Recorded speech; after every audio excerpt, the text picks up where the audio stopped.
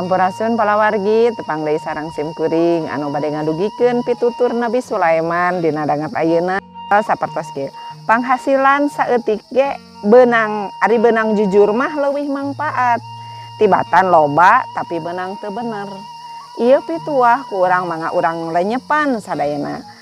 Anu nyaurkeun yen panghasilan saeutik meunang jujur mah matak mangpaat. Ku kituna urang ulah kagoda ku kateu kajujuran nya.